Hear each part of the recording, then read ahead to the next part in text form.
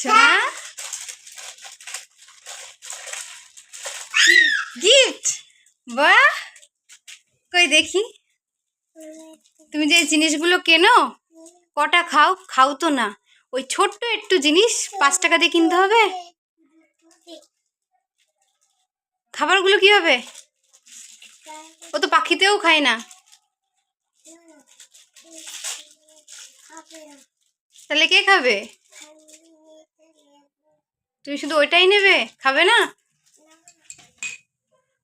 ওটা কি রিস্তু? ওটা চাকা, ওতে লাগাও, সেট করো। রাস্তা খারাপ কই? ওটা তো প্লেন। আচ্ছা ট্রেন, ওটা চালাও দেখি।